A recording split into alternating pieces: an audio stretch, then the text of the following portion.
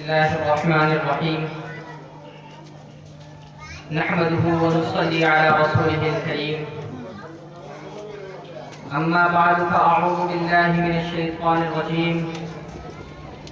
بسم الله الرحمن الرحيم ووجدك عائلا فأغنى صدق الله العظيم معزز سامعین کرام، مہمانان اعظام، اللہ تبارک و تعالیٰ کا لاکھ لاکھ احسان و کرم ہے کہ اس نے ہمیں ایسی نورانی مجلس عطا کی اور اس میں کچھ کہنے اور سننے کی توفیق عنایت فرمائی۔ دعا کریں کہ اللہ پاک مجھے صحیح صحیح کہنے اور ہم سب کو اس پر عمل کی توفیق عطا فرمائے۔ اس سے قبل کی بات شروع کی جائے، سب سے پہلے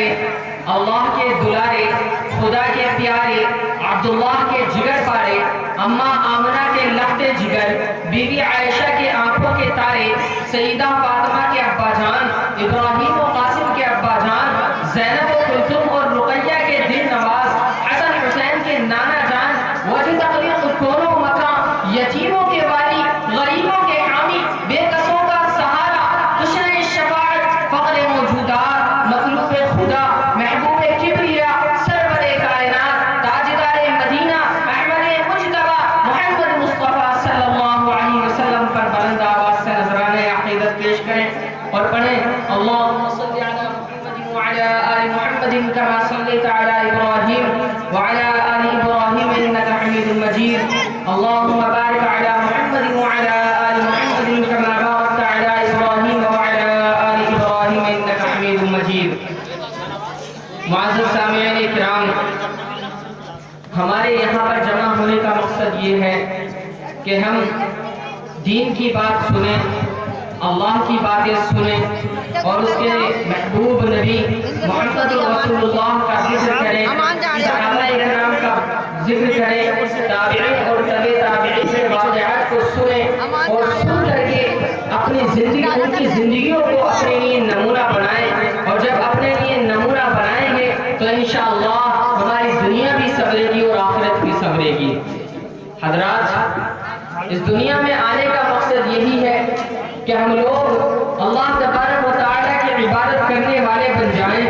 ہم لوگ نبی صلی اللہ علیہ وسلم کے طریقے پر چل کر کے کامیابی حاصل کریں اور اس راستے پر چل کر کے ہم اپنی دنیا بھی بنائیں اور آخرت بھی بنائیں۔ تو میرے محترم بزرگ اور دوستو، اگر میں اور آپ چاہتے ہیں، اگر ہم چاہتے ہیں کہ ہماری دنیا بھی سنورے اور دین بھی سنورے، آخرت بھی سنورے، تو اس کے لیے جو ہے اپنے علماء کے کہنے کے مطابق کرنا پڑے گا۔ اس طریقے سے ہمیں نیک اعمال کرنے پڑیں گے، اور نیک اعمال کون سے کرنے پڑیں گے؟ اور ایک بات سب سے پہلے سن لی جائے کہ نیک اعمال کے لیے مرد خاص نہیں ہے، یہاں پر دونوں کا ذکر ہے، اور اللہ تبارک و تعالیٰ قرآن کریم میں ارشاد فرماتا ہے من عمل صالحا من ذکر او انثی، کہ نیک عمل کرنے والا چاہے مرد ہو یا عورت، دونوں کو برابر بدلہ دیا جائے گا، دونوں کو برابر ثواب عطا کیا جائے گا۔ یہاں پر ہمارے یہاں اسلام کے اندر مرد اور عورت کے ثواب میں ذرہ برابر بھی تخفیف نہیں کی ہے، دونوں کو برابر ثواب دیا گیا ہے۔ اس کا مطلب یہ ہے کہ اگر کوئی مرد نیک عمل کرتا ہے تو اس کو جتنا ثواب دیا جائے گا، اسی طریقے سے عورت کو بھی اتنا ہی ثواب دیا جائے گا، اور اگر کوئی مرد گناہ کا کام کرتا ہے تو اس کو بھی اسی طریقے سے سزا ملے گی جس طریقے سے ایک عورت کو ملے گی، اور اسی طریقے سے اگر کوئی عورت نیک عمل کر کے اللہ کے دربار میں جائے گی تو اللہ تبارک و تعالیٰ اس کو بھی وہی ثواب عطا فرمائے گا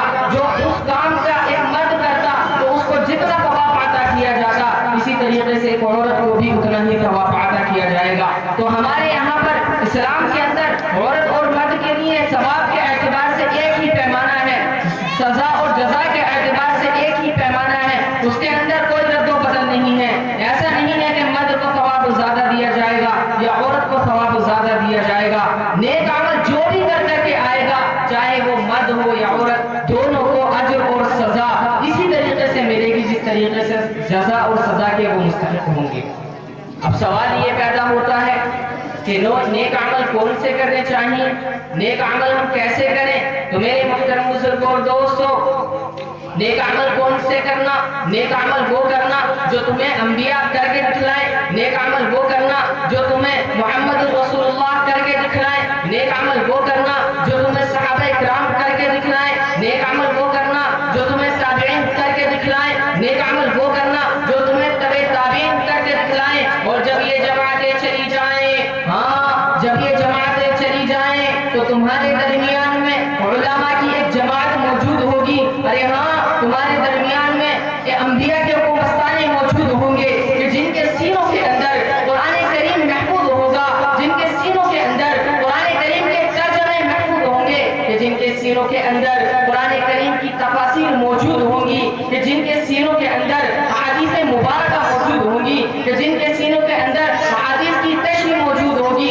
اب اگر چاہتے ہو کہ جب میں اور آپ اس دنیا سے رخصت ہو کر کے اللہ تبارک و تعالیٰ کے دربار میں جائیں اور اللہ تبارک و تعالیٰ مجھ سے اور آپ سے اللہ تبارک و تعالیٰ خوش ہو کر کے ملاقات کرے، تو ہم سب کو علماء کے کہنے کے مطابق چلنا پڑے گا۔ میرے محترم بزرگوں اور دوستوں، اگر ہم چاہتے ہیں کہ نیک عمل کریں، کیوں؟ اس لیے کہ اب ہمیں علماء کرام کے کہنے کے مطابق چلنا پڑے گا۔ وجہ کیا ہے؟ وجہ یہ ہے کہ اب انبیاء کرام نہیں آ سکتے ہیں، صحابہ کرام نہیں آ سکتے ہیں، تابعین اور تبع تابعین کا دور ختم ہو چکا ہے۔ اب اگر چاہتے ہو کہ ہم لوگ نیک عمل کرنے والے بن جائیں، اب اگر یہ چاہتے ہو کہ جب ہم آخرت میں جائیں اور اللہ تبارک و تعالیٰ سے ملاقات کریں اور اللہ تبارک و تعالیٰ ہم سے اس حال میں ملاقات کرے کہ وہ مجھ سے اور آپ سے راضی ہو رہا ہو، وہ مجھ سے اور آپ سے خوش ہو رہا ہو، تو ہم سب کو علماء کرام کے کہنے کے مطابق نیک عمل کرنے پڑے۔ میرے محترم بزرگوں اور دوستوں، نیک عمل کی بڑی لمبی تفصیل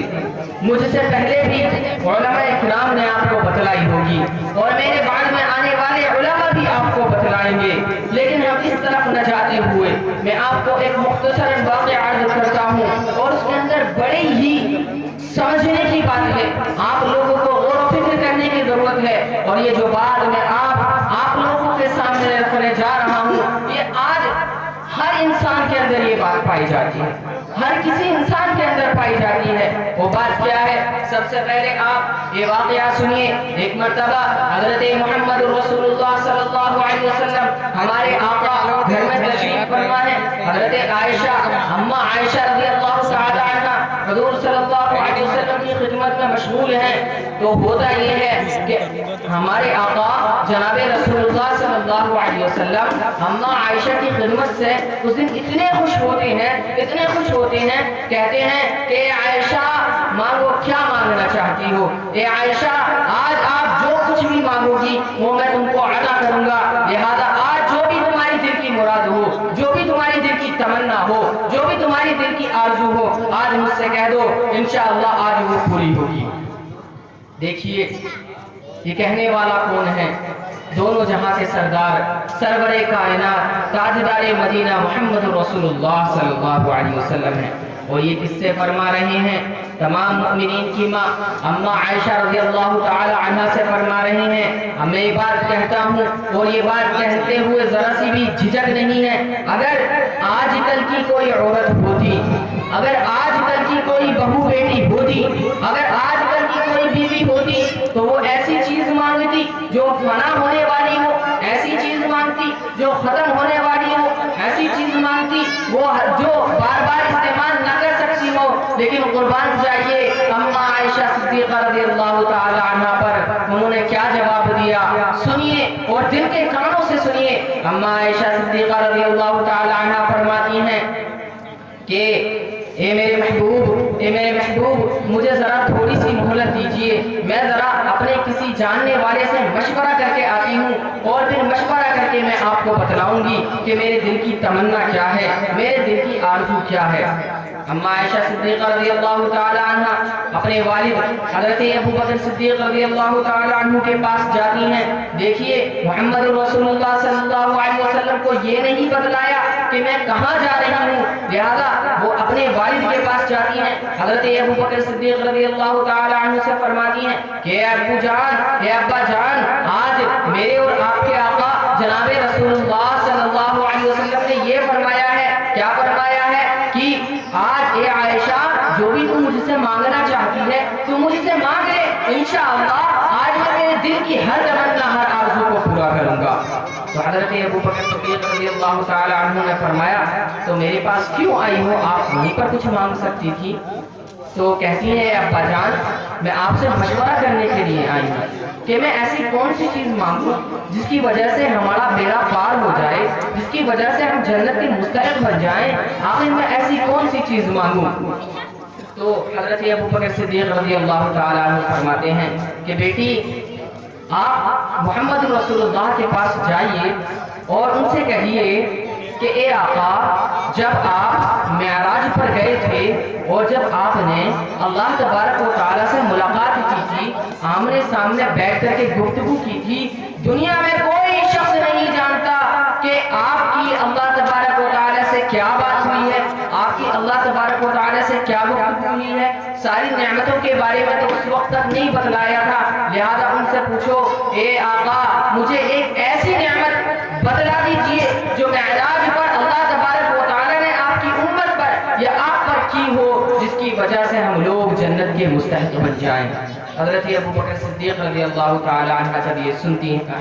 حضرت ابو بکر صدیق رضی اللہ تعالی عنہ جب یہ حضرت عائشہ سے فرماتے ہیں تو حضرت عائشہ ہمارے آقا کے پاس واپس جاتی ہیں اور جا کر کے کہتی ہیں اے اللہ کے نبی، میں مشورہ کر کے آئی ہوں اور میری ایک چھوٹی سی التجا ہے اور میرے دل کی یہ تمنا اور آرزو ہے کہ مجھے ایک ایسی نعمت عطا کر دیجئے، جب آپ معراج پر گئے تھے آپ نے اللہ تبارک و تعالیٰ سے گفتگو کی تھی اور کوئی دنیا میں کوئی شخص نہیں جانتا کہ وہ گفتگو کیا ہوئی تھی، لہذا مجھے ایک ایسی نعمت کے بارے میں بتلا دیجئے جو اللہ تبارک و تعالیٰ نے معراج پر آپ پر کی تھی، جس کی وجہ سے ہم لوگ جنت کے مستحق بن جائیں اور جو بہت ہی آسان عمل ہو۔ دیکھیے حضرت عائشہ کا جب یہ سوال سنتے ہیں اور حضرت عائشہ یہ سوال پوچھتی ہیں تو محمد رسول اللہ صلی اللہ علیہ وسلم فوراً سمجھ جاتے ہیں، فرماتے ہیں عائشہ اپنے ابو کے پاس سے آ رہی ہو، اے عائشہ ابو بکر صدیق کے پاس سے آ رہی ہو، اس لیے کہ اللہ تبارک و تعالیٰ نے انہیں ایسی بصیرت عطا کی ہے کہ میرے بعد دنیا میں کسی شخص کو ایسی بصیرت عطا نہیں کی گئی ہے۔ فوراً سے پہلے ہمارے آقا جناب رسول اللہ صلی اللہ علیہ وسلم سمجھ جاتے ہیں اور کہتے ہیں اے عائشہ جب تم نے یہ سوال کر ہی لیا ہے، اے عائشہ جب تم نے یہ پوچھ ہی لیا ہے تو میں آج ایک نعمت کے بارے میں بتلاتا ہوں جو اللہ تبارک و تعالیٰ نے میری امت پر رحم کیا ہے، جو میری امت پر یہ نعمت نازل کی ہے اور یہ میری امت پر نعمت اتاری ہے۔ کیا نعمت ہے؟ فرماتے ہیں محمد رسول اللہ صلی اللہ علیہ وسلم اے عائشہ دنیا کے اندر بہت سے لوگ پریشان رہتے ہیں، بہت سے لوگ مصیبت زدہ رہتے ہیں، ان کو وہ دل کے ستائے ہوئے رہتے ہیں، وہ کسی نہ کسی پریشانی میں رہتے ہیں۔ کیا فرمایا محمد رسول اللہ نے؟ محمد رسول اللہ صلی اللہ علیہ وسلم فرماتے ہیں اے عائشہ اگر کوئی بندہ میری امت میں سے ایک بندہ جو کہ مایوس ہوا ہے، جو کہ غمزدہ ہے، جو کہ پریشان ہے، اگر میری امت میں سے کوئی بھی بندہ کسی مایوس بندے کی دل آزاری کو دور کر دے، اگر کوئی بندہ اس بندے کی مدد کر دے جس کی وجہ سے وہ اپنے غم سے چھٹکارا پالے، جس کی وجہ سے وہ اپنی مصیبت سے دور ہو جائے، جس کی وجہ سے، اور یہ نہیں کہا کہ مالی مدد کرے یا کسی بھی چیز سے مدد کرے، بلکہ کہا اگر میری امت میں سے کوئی بھی بندہ اپنی زبان کے ذریعے اگر کسی بندے کی پریشانی کو دور کر دیتا ہے، میرا بندہ کسی پریشان کن کی یا مایوس کن کی جو مایوس ہوا بیٹھا ہے اس کی مایوسی کو اپنی زبان کے ذریعے سے دور کر دیتا ہے تو اے عائشہ وہ جنت کا مستحق ہو جاتا ہے، جنت اس کے اوپر واجب کر دی جاتی ہے۔ آپ کو معلوم ہے کہ جب حضرت عائشہ صدیقہ رضی اللہ تعالی عنہ محمد رسول اللہ کے حضرت ابو بکر صدیق کے پاس گئی تھی تو حضرت ابو بکر صدیق نے بھی ایک وعدہ لیا تھا. کیا وعدہ لیا تھا؟ کہ عائشہ جو بھی محمد رسول اللہ ہمارے آقا آپ کو اس نعمت کے بارے میں بتلائیں تو سب سے پہلے آ کر کے مجھے بتلانا، سب سے پہلے آ کر کے مجھے بتلانا. جب یہ محمد رسول اللہ کا یہ جواب حضرت عائشہ نے سنا تو فوراً دوڑی ہوئی اپنے ابا کے پاس جاتی ہیں اور کہتی ہیں ابو جان ہمیں تو جنت کا پروانہ مل گیا ہے. اے ابو جان بڑی خوش ہوتی ہیں اور کہتی ہیں اے ابو جان اتنا آسان عمل ہے کہ ہر کوئی بندہ اس عمل کو کر سکتا ہے اور ہر کوئی جنت کا مستحق بن سکتا ہے. حضرت ابو بکر صدیق فرماتے ہیں کہ بتلائیے وہ کون سا عمل ہے میری پیاری بیٹی، بتلائیے ہمارے آقا نے کیا فرمایا. تو حضرت عائشہ صدیقہ رضی اللہ تعالیٰ عنہ فرماتی ہیں اے ابا جان محمد رسول اللہ صلی اللہ علیہ وسلم نے فرمایا کہ اگر کوئی بندہ میری امت میں سے اپنی زبان کے ذریعے کسی دوسرے بندے کی مدد کر دیتا ہے کہ جس کی وجہ سے اس کی پریشانی یا مصیبت دور ہو جاتی ہے تو اللہ تبارک و تعالیٰ اس کو جنت کا مستحق بنا دیتا ہے. جب حضرت ابو بکر صدیق رضی اللہ تعالیٰ عنہ سنتے ہیں تو ان کی آنکھوں سے آنسو جاری ہو جاتے ہیں، وہ رونے لگتے ہیں. حضرت عائشہ جب یہ ماجرا دیکھتی ہیں تو کہتی ہیں اے ابا جان یہ تو بڑی خوشی کی بات ہے، میں بھی بڑی خوش ہو کر کے آپ کے پاس آئی ہوں. اے ابا جان آخر کیا وجہ ہے کہ ہم لوگوں کو جنت کا پروانہ مل رہا ہے اور آپ رو رہے ہیں؟ تو حضرت ابو بکر صدیق رضی اللہ تعالیٰ عنہ فرماتے ہیں امت مسلمہ کے غیور نوجوانوں دل کے کانوں سے سنیے کہ حضرت ابو بکر صدیق رضی اللہ تعالیٰ عنہ کیا فرماتے ہیں. کہتے ہیں اے عائشہ تم تو اس کا مثبت پہلو دیکھ رہی ہو، اے عائشہ تم تو اس کے اسی پہلو پر نظر ڈال رہی ہو، تم اس کے منفی پہلو کو نہیں دیکھ رہی، اس کے نگیٹو پہلو کو نہیں دیکھ رہی. کیا ہے اس کا منفی پہلو؟ کہ اگر کوئی بندہ اپنی زبان کے ذریعے سے کسی بندے کی پریشانی کو دور کر دیتا ہے، مالی مدد نہیں کرتا یا کسی اپنے بدن کے حصے سے مدد نہیں کرتا، صرف زبان کے ذریعے سے اس پریشان کن بندے کی کو تسلی دیتا ہے اور اس کی پریشانی کو دور کر دیتا ہے تو اللہ تبارک و تعالیٰ اس کو جنت کا مستحق بنا دیتے ہیں، اس کے اوپر جنت کو واجب کر دیتے ہیں. تو یہ عائشہ اگر اس کے منفی پہلو کو بھی دیکھو، اے عائشہ اس کے منفی پہلو کو بھی دیکھو اور یہ دیکھو کہ اگر کوئی بندہ اپنی زبان کے ذریعے اگر کسی کے دل کو ستائے، اگر کسی کے دل کو توڑ دے، اگر کسی کو پریشان کر دے، اگر کسی کو مصیبت میں ڈھکیل دے تو وہ جہنم میں جانے کا مستحق ہو جائے گا. حضرت ابو بکر صدیق رضی اللہ تعالیٰ عنہ یہ جب کہتے ہیں تو زاروں قطار رونے لگتے ہیں. تو امت مسلمہ کے غیور نوجوانوں یہاں سے ہمارے لیے بہت ہی اہم سبق ہے کہ دیکھیے ایک تو نیک عمل بہت ہی آسان طریقے کا ہے. کوئی اگر پریشان بندہ ہے تو آپ اپنی زبان کے ذریعے اس کی پریشانی کو اس کو تسلی دے دو کہ بھائی اللہ سب ٹھیک کر دے گا. صرف اتنا کہنے کی وجہ سے اللہ تبارک و تعالیٰ ان پر جنت کو واجب کر دے گا. تو اگر دوسری طرف کو اگر ہم دیکھتے ہیں تو میرے محترم بزرگوں اور دوستوں یہ بات مجھ میں یہاں ہو چکی ہے. ہر کوئی مسلمان اپنے بھائی کا دشمن بنا بیٹھا ہے، ہر کوئی مسلمان اپنے بھائی کا دشمن بنا بیٹھا ہے اور یہ سوچتا ہے کہ اس کو کس طریقے سے پریشان کیا جائے، اس کو کس طریقے سے مصیبت میں ڈھکیلا جائے. تو امت مسلمہ کے غیور نوجوانوں یہاں سے ہمارے لیے سبق ہے کہ ہم لوگ دیکھیں جنت جتنی زیادہ آسان ہے لیکن ہم نے جہنم کو اس سے زیادہ کہیں آسان کر لیا ہے. اگر ہم صرف زبان کے ذریعے سے اس کو تسلی دے دیں گے تو جنت ہمارے اوپر واجب ہو جائے گی، لیکن ہم اس کے برعکس کرتے ہیں. اللہ تبارک و تعالیٰ سے دعا کریں کہ اللہ پاک ہم سب کو عمل کرنے کی توفیق عطا فرمائے. آج کا مسلمان کسی کو بھی پریشان کر دیتا ہے، کسی کا بھی آسانی سے دل توڑ دیتا ہے، کسی کو بھی مصیبت میں ڈھکیل دیتا ہے، لیکن وہ دوسرے انسان کے بارے میں نہیں سوچتا. خود تو کسی کو پریشان کر کے آسانی سے رات کو سو جاتا ہے، لیکن اس بندے کا خیال آتا ہے کہ جس کا میں نے آج دل توڑا ہے کیا وہ سویا ہوگا یا نہیں، کہ وہ کس طریقے سے اپنی زندگی بسر کر رہا ہوگا، یہ وہ رات کس طریقے سے گزار رہا ہوگا. تو امت مسلمہ کے غیور نوجوانوں آئیے ہم سب عہد کریں کہ انشاءاللہ کبھی بھی ہم کسی کی دل آزاری نہیں کریں گے، کبھی بھی ہم کسی کو نہیں ستائیں گے. اور انشاءاللہ اتنا اچھا نیک عمل ہے، کتنا آسان عمل ہے کہ صرف زبان کے ذریعے سے تسلی دیں گے اور جنت ہمارے اوپر واجب ہو جائے گی. اللہ تبارک و تعالی ہم سب کو کہنے سننے سے زیادہ عمل کی توفیق عطا فرمائے. وآخر دعوانا الحمد للہ رب العالمین.